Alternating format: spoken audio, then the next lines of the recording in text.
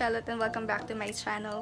So for today's video, Excuse me po. we'll be doing a Samgyup sa bahay experience or DIY. And now, we're going to a Korean store para bumili ng mga ingredients or mga kailangan natin para ma-feel talaga natin yung Korean barbecue here at home. So, tara, bili na tayo ng mga kailangan nating ingredients. So, let's go!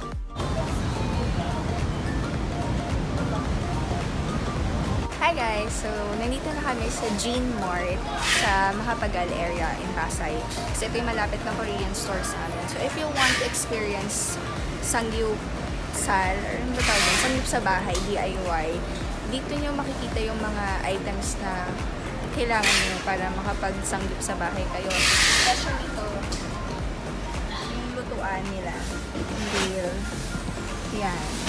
So, it's only 890 pesos.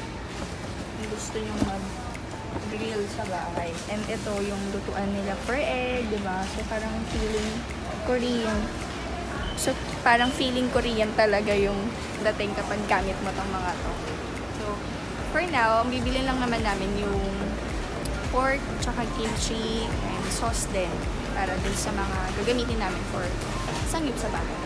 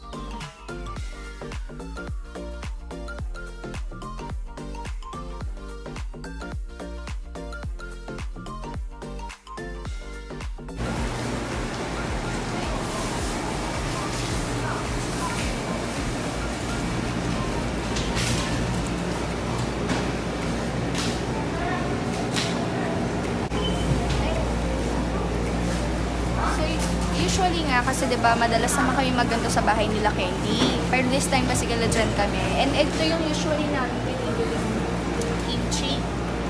80 pesos lang yun. Ito kimchi. Kailangan din natin ng gulay. Kasi gulay yun.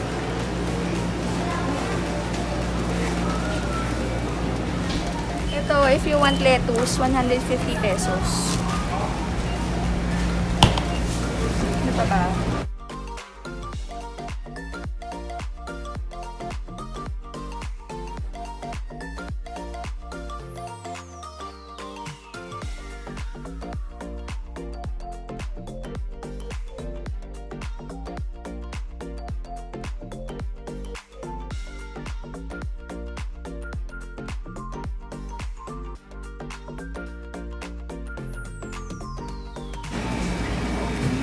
If you want ng Samgyup salport, ito.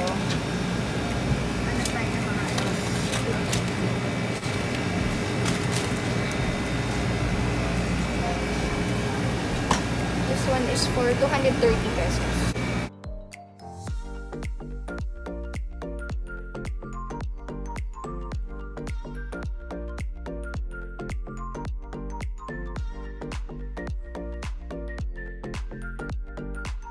Siyempre, hindi kompleto yung Korean experience or Samgyup experience mo if wala kang sauce, Samgyang sauce. So, ito yung gagamitin namin.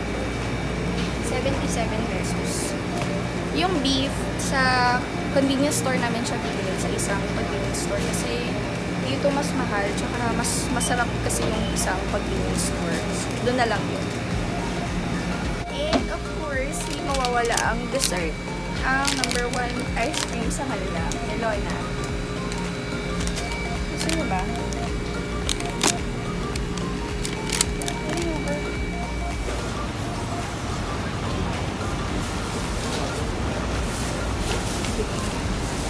May gana ka bang kumain?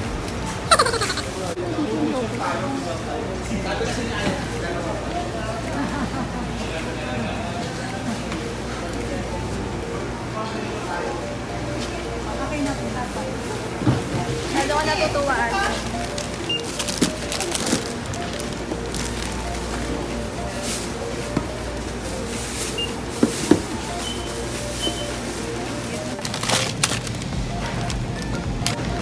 Ito yung, dati kasi di ba nag-vlog ako ng Samgyup sa bahay. Kaso hindi namin to nasama sa vlog. Ito yung isa sa beef na masarap na ginagamit namin para sa Samgyup sa bahay. And sobrang mabili kasi to and wala na siya sa ibang hypermarket, SM. Sa SM lang namin siya nabibili. Dati sa Alpha Mart na convenience store, meron kasi yun malapit sa bahay. And wala na siya doon, out of stock na siya.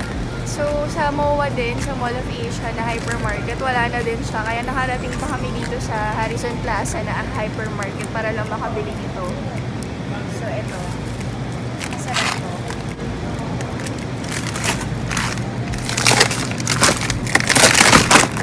Hanap tayo ng hindi mataba masyado.